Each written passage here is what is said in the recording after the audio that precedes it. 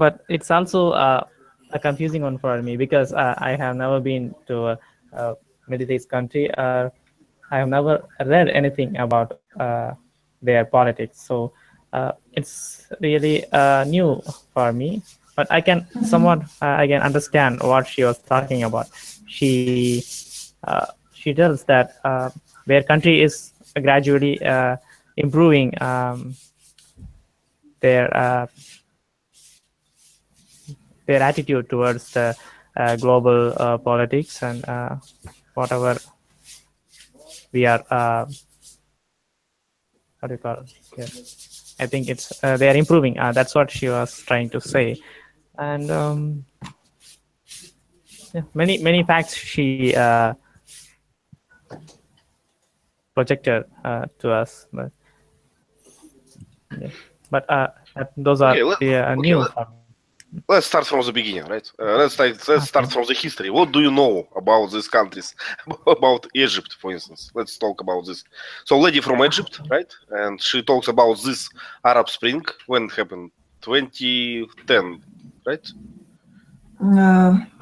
11, I guess. 11. So, but she is from the United States, as far as I understood. She was born in Egypt, but she lives in the US, as far as I understood. Yeah, she said something. We in US.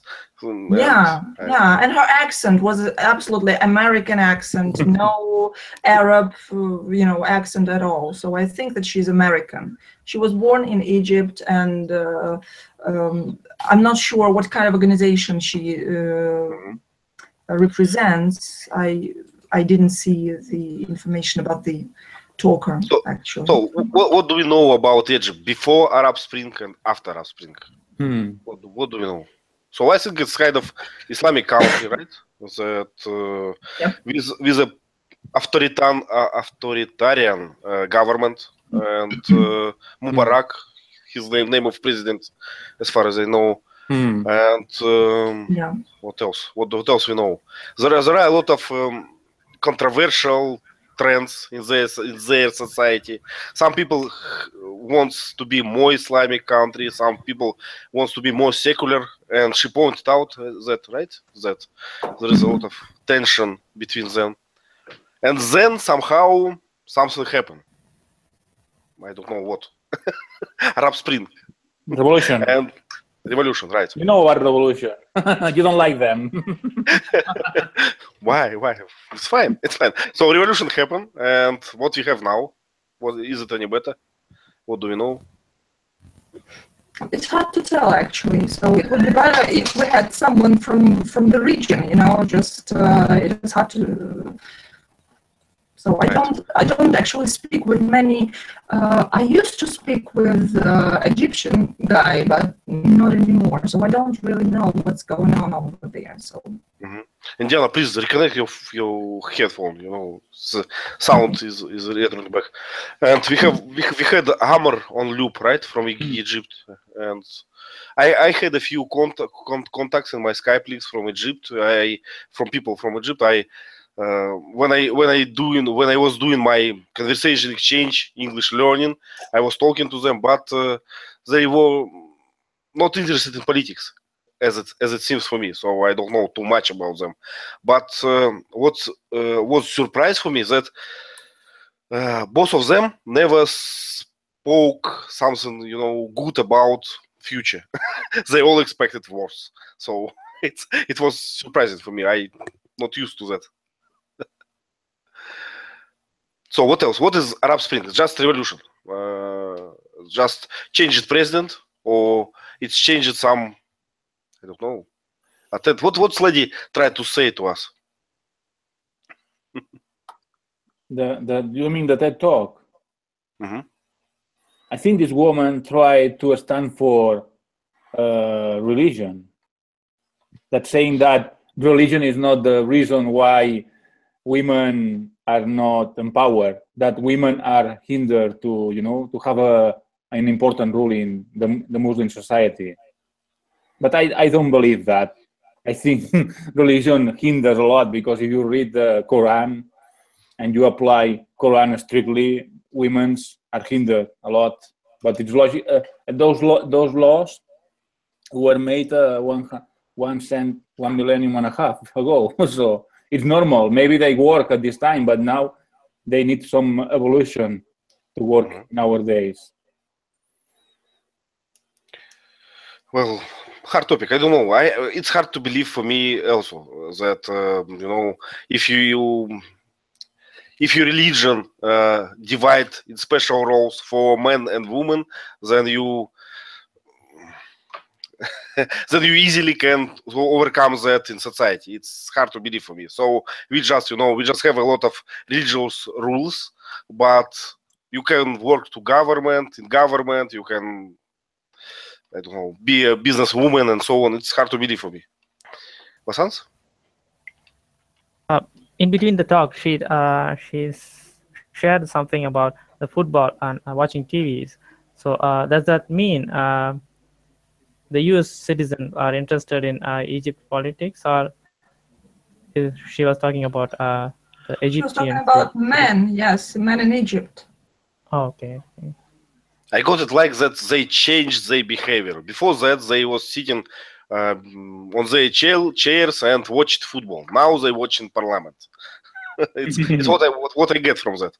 But it's it's also hard to believe.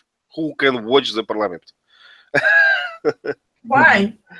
Why is it hard to believe?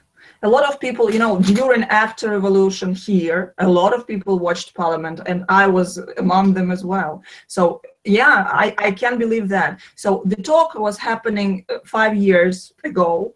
So at that time, right after the revolution, right after the Arab Spring, people watching Parliament, I can believe that. So I think it is like the usual behavior after that, because they changed their perspective. So they started to believe what she was trying to say, I think, that people started to believe that something depends, on them for a change, and that is why so the political systems kind of changed, it shifted, and their attitude shifted as well. So they started to be more active, proactive, so started to pay attention to what was going on in the parliament, and they started to believe and hope that they can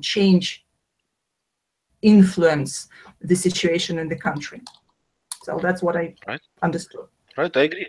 She provided some graphs about that, some graphs with percentage. I cannot say that I understand it completely, what percentage, but it looks like they wanted for democracy, and they got it in their opinion, right? At least they think that they start to be more heard. How to say it? That government now hears them, something like this. So you gave those two graphs, and the first graph I don't quite understand what that graph was about. Do you have the illustration here that you can share? Share. Let me try. Copy link. Insert link. Tell me if it doesn't work. So she was speaking about this thing between men and women and how people look on that, and provided these graphs. Graphs kind of strange, and Sharia, it's a kind of Islam legislation, right? Sharia, so it's a set of laws. The laws that come. Yes. So this is Islamic, this Quran kind of tradition. So this is like the, as far as I understand, this is kind of a law, legislation based on Quran. Yeah. Right? Yeah. I think so. So the question on this picture was, do you agree that Sharia should be only source for legislation? And red column, right? Red bar for men's answer and dark bar for women's answer. And as we can see, and she says that, it's about right, and in Tunisia, for instance, women vote for that more. I don't know how to read it. I just don't. I don't quite understand this. So only source legislation. Okay. That means in Tunisia, the percentages are lower. That means that people are more secular than in other countries like Yemen. In Yemen, they are the opposite. They are more religious, and they think that Sharia should be applied in a very high Men percentage. think.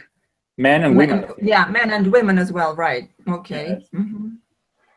Okay. Right. But does it mean that Tunisia is more like, I don't know, just... Secular? Yeah, secular. Like for instance, Turkey? Yep. Okay. Yes, but surprisingly that black bar for Tunisia is bigger than red one. But it can be just, statistical quirk, something like this. Yeah. It's possible. Okay, and another graph. Let me share another one. What about jobs? Link. This one. Okay. So as I got it, it was a question: should women can be allowed to hold any job?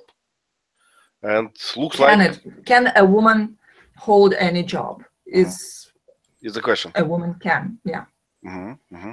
So an answer is obviously yes, right?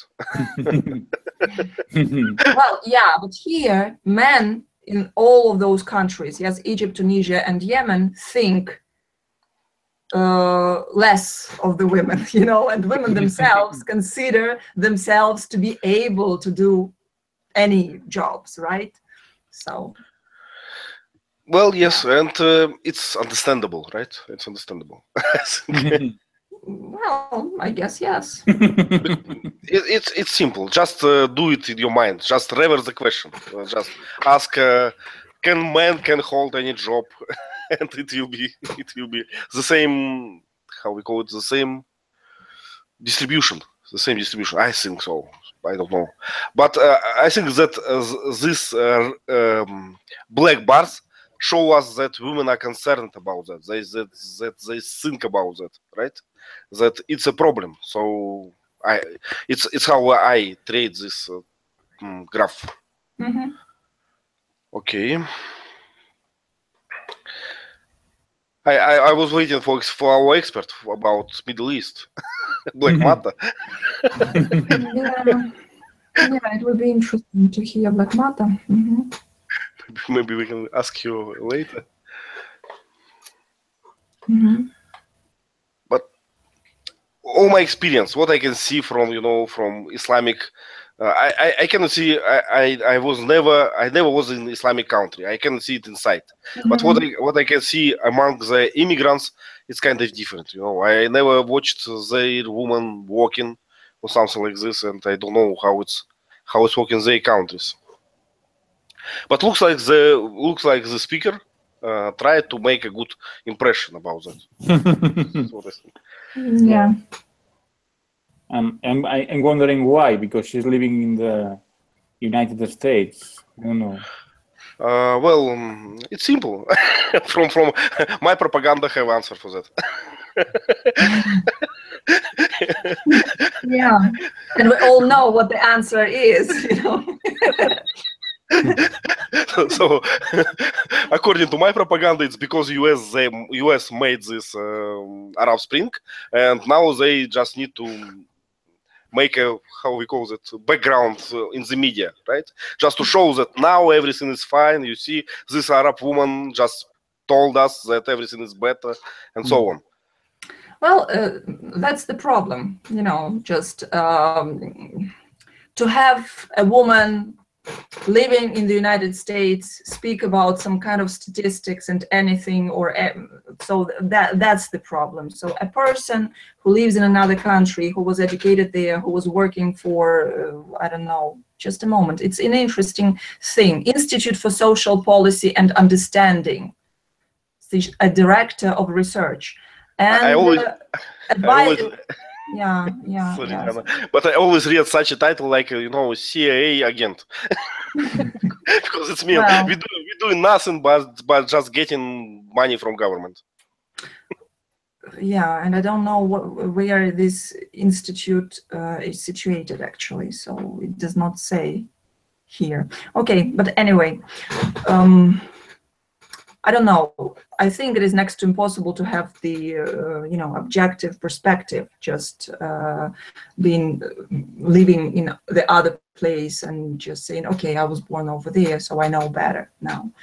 And well, yeah, she's interested in the country because she was born there, but you know, how can we trust the statistics of the of the expert situated in another country? So that's the other question. So I don't know. I agree. It can be true. It can be false. It can be. Yeah. But you know, she said that they interviewed thousands of people, you know, in different countries. I don't know. And again, we cannot check this. We have to believe. We have to believe. That's right. That's right. But what's interesting in this talk is in this TED talk. If we will think about this like a conspiracy theory, like right, just imagine for a second that it's a cover thing to make a good background. So I think they will wrote a better talk for that. So it's a proof for me that this woman just speak it from your heart, from her heart. Just try to deliver something to us, but failed, I think. Well, you know, she could not speak, you know, about some results of it because it was right after this event, you know. So I think that it would be better and it would be more, well, how to call it? So we could see more if the talk was made now, you know, when you have a couple of years to see the growth or the fall or whatever, you know. It was right, she was talking about the attitude of people, so the shift in their impression on their own forces, on their own abilities. So, and well, she said that there was a shift. So to summarize that, Yeah. Before the event, they saw that government like a big father, right? And now they think that they are responsible for all that happening. It's my why? It was authoritarian regime, yeah. So that guy was there for, I don't remember, 2 decades at least, yeah, or 3 decades, doesn't matter, yeah. So, and well, they had enough. I can understand that they had enough. So as she said, on the paper, everything looked good. You know, the economic grew, but in reality, they did not have jobs. The unemployment, the level of life just went down. So that's why that happened. So nothing is happening just without any reason. So they had enough and they went out.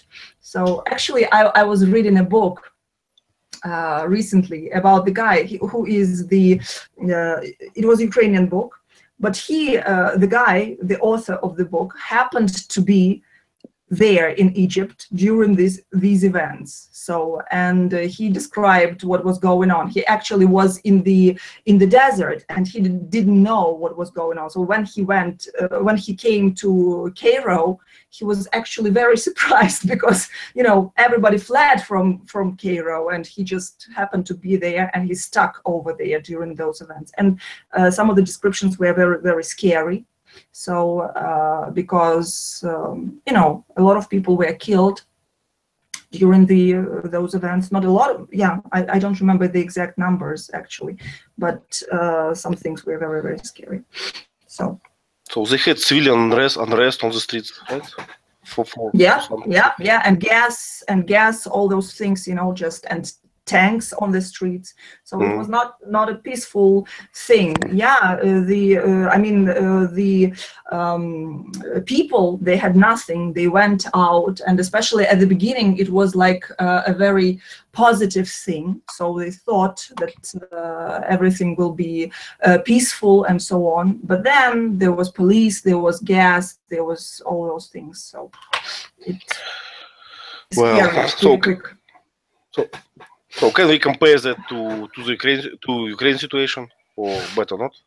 To the recent one, well, I think that all those events, they just yeah, they have things in common. So, but here, yeah, I think that the recent one was that people did not actually thought that it will have victims. You know, we did not believe that, because our first one happened without victims, and it was kind of easier on people, you know. And after that, and here after that, in the January and February, it was just awful.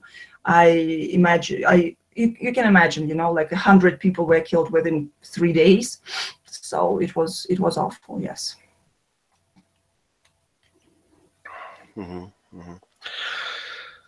Okay, we have some questions from TCD. He wrote them for us. Let's be read. The questions itself told me that he doesn't understand the talk as we are. Really? Okay, nice. It's not just us, stupid us. But okay, I hope your country got freedom at some point in the history. Do you still feel the liberty? What else? Do you still feel that? No, not exactly. I still feel insecure that the government is spying on us. Even though they are claiming that they let their citizens free, but the actual truth is not. You will always be. You will be ended up with within their what we call it, spying. How Should you do? I have a question. What should you do to feel that you are being watched? Okay, just tell me what it takes in India. Sorry, could you please? I mean, what is the red flag for you? What can you, you know, you see something and you understand, then they watched you. Okay, especially from the social network. Recently, we had such an experience because a journalist mocked an actor, and the fans replied in a very frantic manner by what do you call, abusing her on social network. But finally, the government found the guy, not any guy, the guy who initiated the abusing chain. So he finally confessed to the media that he said to the people that don't think that government is not, you are not secure. That government is always spying on you, so you will be caught at any time. So be careful. And this is what he said. But he started the abusing thing. Yes, he's the first one. Well, it's still surprising how the police found the exact don't guy. You know that your computer has the special address, you know, that you can be followed. So it actually anybody in the world can be, you know, just you have the unique IP or something like that. Ivan knows it better. Yes, never think about the internet like an anonymous place. Don't do that. Absolutely. Absolutely, yes. And we have interesting news. Just a few hours ago, China claimed that it's now mandatory to use passport to access internet. So wow. no more. Yes, no Who more. Can you show your passport? Scan it. You can change it for a special card and so on. So you cannot be anonymous in internet in China anymore. Good. Okay, but Vasant, please. Yes, you all know about the unique identification number that given to the every citizen of India. So now the government announced that it's mandatory to link your mobile number to your the card and the number. So everybody has to connect their the gas agency and the bank account and the income tax hearing number. So you are being watched. That's what. Okay. Paranoid people would not be happy in India, right? Yeah, that's right. Everywhere in the world, paranoid people are not happy, I would say. Yeah. Jart, what about Spain? Do you feel liberty? Yes, we have liberty, I think. But that doesn't mean that our government is perfect. But at least I think we can protest, we can have demonstrations if we are not happy. So that's something. And we do that. In Spain, it's usual having demonstrations. I think in another It is usual here. We love to demonstrate, you know. Not in Russia. I think in Russia they are forbidden. Well, yeah, but you have to, you can, but you have to announce them in advance. Okay, So need it's kind of permission. planned. It's kind of planned in advance, right? They did not call that permission in my case. They call it announce. You have to claim that you will be do something. You don't need the answer. You just have to notice. The authorities. Yes. Mm-hmm. Yeah. So for them to get ready, you know, to bring all the forces. With the clubs. You know, right, to bring the clubs. Well, but buy some extra bullets, you know. Rubber bullet. It's kind of tricky question. Well, kind of rubber, in good case, rubber, you know, just the usual one. Yeah. It's a tricky question because it's hard to define this liberty. I don't know what me feel liberty actually, but if speaking about the general common sense, how I feel it's in general, not about some certain things. I'm not happy that government in Russia is so powerful. We really have a powerful government. It's not because of some dictator, because our people want that actually, but I personally don't like that. I want to have it in American manner when government is weak and business is strong. But historically, traditionally, we have it reverted here. So I don't feel myself like not. Like I don't have freedom. I can travel, I can do anything, but I'm not happy about this small detail. So it's what spoiled my answer to that. And I think in case of Diana, it's obvious, right? You have liberty as much as you can now. Yeah. Yes, we just I should say that we always had it, I think, more free. We were more free than in Russia. So we also we could speak, we could speak freely. We had those demonstrations, freedom, and we used those rights free, I think. So yeah, that's why, by the way, it was a shock for us, like a huge shock when police started shooting people. So that was like unexpected, totally, like shocking thing. Okay, another question by teacher Lee, I guess. Do you keep track, watch your parliament activities? And we know that Diana will used to. I used to, but not anymore. Not anymore. It's like nonsense going on over there. That's why I just don't have enough saliva, just to spit on the screen all the time. That's why I just stopped this activity. I would rather read books, Okay. Well, yes. Jart, what about you? Do you watch it? Sometimes, but I see that the politicians are almost asleep, or playing Candy Crush. Or some of them don't go to work. That's unbelievable because they have a good salary. Yeah. And they say stupid things, and they insult each other sometimes. Bah, okay, I don't like it. I think it's a waste of time.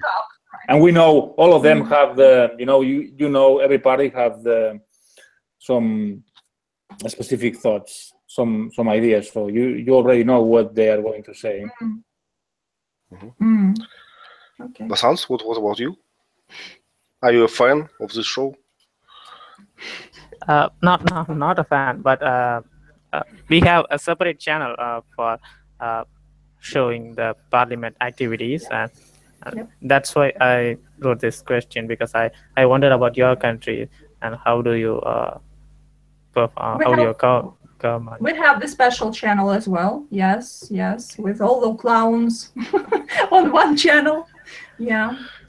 But in India, because we have so much of language, so watching the national parliament's activity is it's hard to understand because they are speaking another language, their own language, which state they are from. So different languages they speak. So you can't follow everybody's speech. So Subtitles now? no subtitles. It's a live show, so you can watch it later on the news channels, but live TV is not possible. Interesting. I heard that it's like 50 different languages in India, right? Is it about right? Probably more than that, but officially we recognize the 18 languages. 18, my goodness. Wow. Officially you recognize. This here. Yay. Hello. Hello. We scare him out. Okay, about my experience of watching these activities, I tried a few times when I was on duty in my university. I have to prepare something about our parliament, but at that time it was 90s or something. It was a totally clone show. They do fist fights on this arena and so on, so nothing good happens. But I like that. Actually, it makes it more exciting, just worth watching. But it's hard to summarize that. You cannot put this in your essay that this one has a good hook. Yeah, exactly. That's nice. I love that. So since then I never tried, but I watched a few funny YouTube videos that that's viral videos when some nonsense happen and then it's they use for advertisement or for viral purpose. That's all what I know about that. And it looks like Teacher Lee not ready to answer this question. You have a question? Question is, do you keep track, watch your parliament activities? Of what activities? Parliament activities. Senate, maybe, right? Yeah. Oh, Parliament. Oh, okay. Government stuff, government business. Yes. Some Not discussions. much. Not much, because they usually don't do anything. They're always on. So that's universal. Yeah. Yeah, they're on vacation. They're on recess, and when they are in session, they just argue and don't get anything done. So I don't really keep up with Congress too much. I'd fire them all. Yeah. I just recalled that on local level, how we call it, municipality level, we have the same Senate, small one with 10 senators, how deputies. And that's one interesting. That one can be interesting because they speak about local understandable problem, not about peace in the world, but about make this road or make this building. And sometimes people, citizens, like this, like to listen to that and like to make their decisions based on these disputes. Actually, here we have the right, so any citizen of the town can come actually and sit over there, and well, I don't think that they allow to speak, or maybe they allow them to speak, but anyone can come and join them and ask some questions. So yeah, municipal things are nice. Yes. As far as I know, it's not like can come. It's like mandatory thing. They have to make some, some people from public. It's public viewing. Yes, there is this. There are those special people, but I mean that if I have time and inspiration, I can just show up and no one just say, "Okay, you're not allowed to be here." Just anyone can. Okay, next question. What is the status of gender equality in your country? Does it happen in every field profession? what is the status? Well, let me start. I think it's pretty good here, but it can be better, of course. And in some fields, there is an equality of both ways.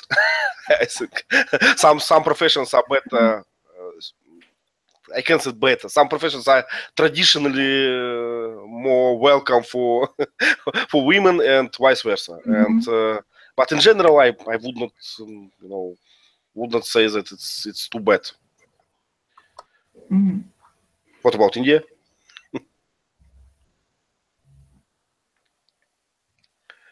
Yes, we have the mostly equal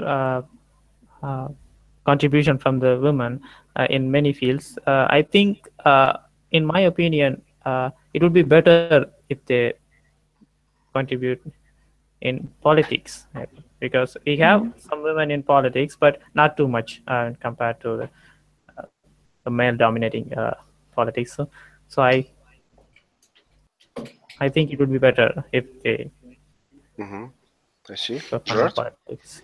I think the worst thing about the inequality is salaries. I think sometimes women are paid lower salaries than men. I think that's the worst thing, because sometimes the government want to make an artificial equality.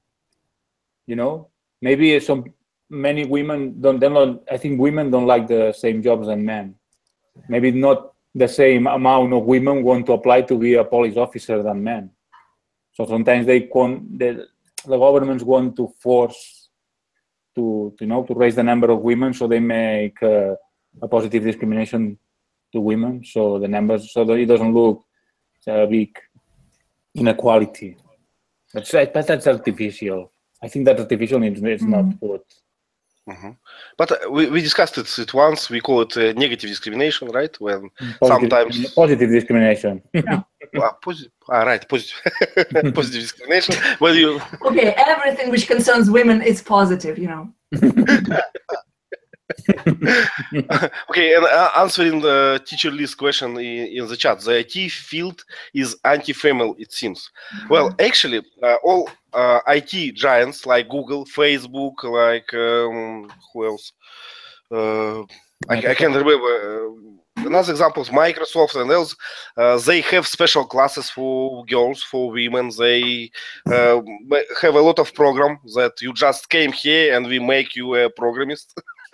But for somehow women are less interested in this field. It's a matter of fact. I don't know why it's happened, but you can see it on any IT conference. You will have 29 boys and 1 girl usually, and there are a lot of questions about that. There are a lot of discussions about that. Many people. How to say it? Many people see discrimination in that and start they war with that, and it's in some forms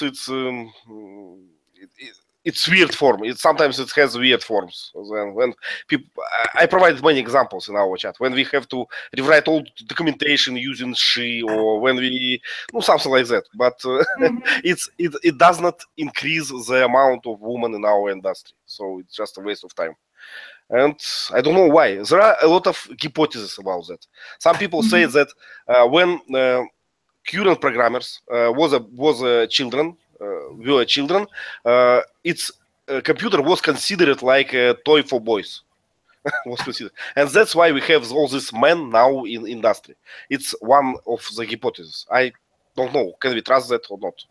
I don't. Maybe like part of the problem, or maybe like our parents.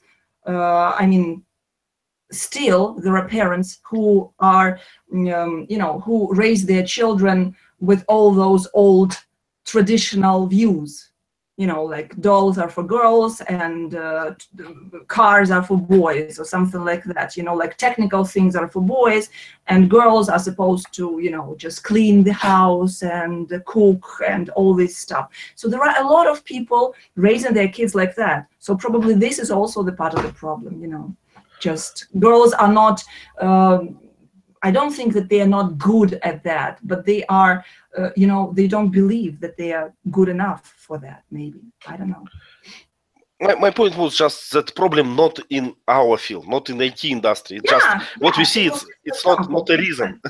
It's not a reason. It's just a consequences. And looking for problem here, it's just a wasting of time. No, you just reminded me about this pre-consumption, right? Pre-consumption thing. I watched the YouTube video probably, so about some two girls, two women, Italian, I think, and they were coming to schools with boys and girls everywhere, and they were asking, little children, they were asking them to just imagine a firefighter, a policeman, you know. They gave different examples and draw them. So, and like astronaut, policeman, firefighter, they were all men. Boys and girls, they drew women, you know. And many of them, most of them draw a woman, you know. It's just like, or a nurse, you know, or a doctor was a man and a nurse was a woman. So there is still something on the back of our minds, you know, which tells us this is a man's, this is a woman's field. So you see, to change that, and what should be done in order to change that. Yes. I totally agree with it. I don't know where it comes from. Maybe from family, from our society, from something else. It's just cultural. It's like a long, like centuries of those things. You know, it is changing. I see a lot of girls being really interested in computer studies right now. Smaller girls, you know. Just I think it is changing, but probably not as rapid as we would like. But I think it will change. I can share another example. It's not about it's not only about genders in IT industry. I know exactly. We can see some statistics that 99% of programmers it's white men. It's not only men; it's white men. And why so? We cannot say. Yeah. And it's a slippery slope, right? This topic. Yes, we forgot religion. Yes, we forgot where we started from. It's kind of related, I think. So that woman said that it's about equality, that now after Arab Spring they will have better opportunity, this women in Arab world, right? But I don't know. Do we have a lot of programmers, women in Egypt? In Egypt, I don't know. I never meet any programmers from Egypt so far. Yeah.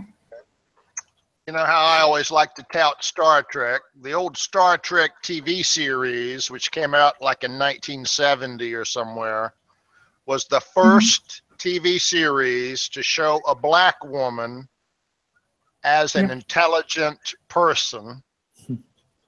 And that was a big deal back then. It was like all the black people were saying, wow, they're casting a black woman in an intelligent role, and she's one of the main stars. That was a big deal to the black people back then. And Uhura, the character that the black woman played, Nichelle Nichols, she was actually approached by Martin Luther King and famous people saying, you are just a wonderful role model to all the black people and the little black girls out there. Please don't quit doing what you're doing, you know. And it was a very emotional thing for black people to finally see representation as intelligent people instead of just slaves, you know. And it's interesting because it was not too far ago, right? It's a recent story. It's a recent story, and maybe 20 years from now it will be, you know, nonsense to discuss such things. Why we don't have? Who knows? Who knows? Maybe it will be so equal that it just will be unthinkable to discuss. But even at this time, during the 60s, women were, so there was a lot of inequality. I watched a TV series named Mad Men, when it's quite realistic, and you see that women are working for sisters in office, and men try to abuse a little bit them, take advantage of them. That's something normal. It was something normal this time, and it was very difficult for a woman to get a high position in a company. Yeah. So there's a lot of improvement. Even so, things can improve also as well. But there's a big improvement during these 50, 60 years. Mm-hmm. Sure. It's a good point. It's a good point. I mean, if we can see a lot of improvements in our societies, of course, my point of view to Islamic societies is kind of stereotyping, right? I don't know exactly, but if there is still a lot of space for progress in our societies, I think there are a lot of space for them, right? And it can be shifted easily, fast. I don't know, so we can see that. Okay, let me copy another question from our Padlet. How much interest does your country's youth have on politics and bringing the change? So about children, about young men. Vasants, what about India? How it's in India? Yes, they are interested and they are aware of the politics which is happening right now. But they don't want to participate as a candidate when an election comes, because recently we had the bull taming event when most of the youth initiated that protest. So all the elder people started to think that, oh, did you see that? All the youngsters are interested in. They were awakened by the culture of things. So they thought like that. So, but the real thing is, yes, they are aware of the politics, but they don't want to. They always wanted to stay in the audience area. They don't want to step on the stage like that. Yeah. Why? Why so? I don't know. I think the previous experience, because some of the students are try to participate as a candidate in some elections, but politicians are clever in politics, so they did the politics to the students, so they could not win in those elections. They always do some tactics to make them clowns, to show them as clowns to the people. It happens, yeah. Wow, that's a pity. It's hard for me to answer this question. I don't know yet. In my time, students were really interested in politics. It's always something happens about that. We discussed that. We participated in some demonstration or something like that. But now I cannot see that too much. I see other things, and I think that young people have a lot of activities to do. They have a lot of opportunities. They have a way too much opportunities that we have, and it looks like it's better for them. They choose something else than politics. It's my opinion. I don't know exactly. Gerard, please. I think the bigger change has been, social networks, smartphones, and all those devices that allows people do a lot of activities through those social networks, and sometimes they absorb them too much, and they forget another important thing because they are obsessed with showing off and making videos, and try that it a little bit is not useful. What's important, they don't care much about them. It's interesting about Snapchat. Teacher Liv wrote an example. Snapchat, Instagram, and other things. And I read some article about Snapchat, and it says nobody adult understand why it's interesting for them. And there are no adults in that networks, but for them it's like entire life. They always do something in that, but we don't understand what. Yeah. Maybe it is interesting for them because adults are not there, just the place for them to hang out, without supervisors, But it's another interesting comment. Once I used to watch my parents' activities in their social network, and after that, I think it's good that we have different social networks. What are their social network? It's a local one for copied from West, but local one. So it's considered like a social network for older people, and a lot of Russian people inside it. Okay. So, and I read some of them posts, look some of the activity, and I understand how it's maybe how my activities may be boring for my sons. They just think that is stupid that, and it's good to separate this social network by generation, I think. Yeah.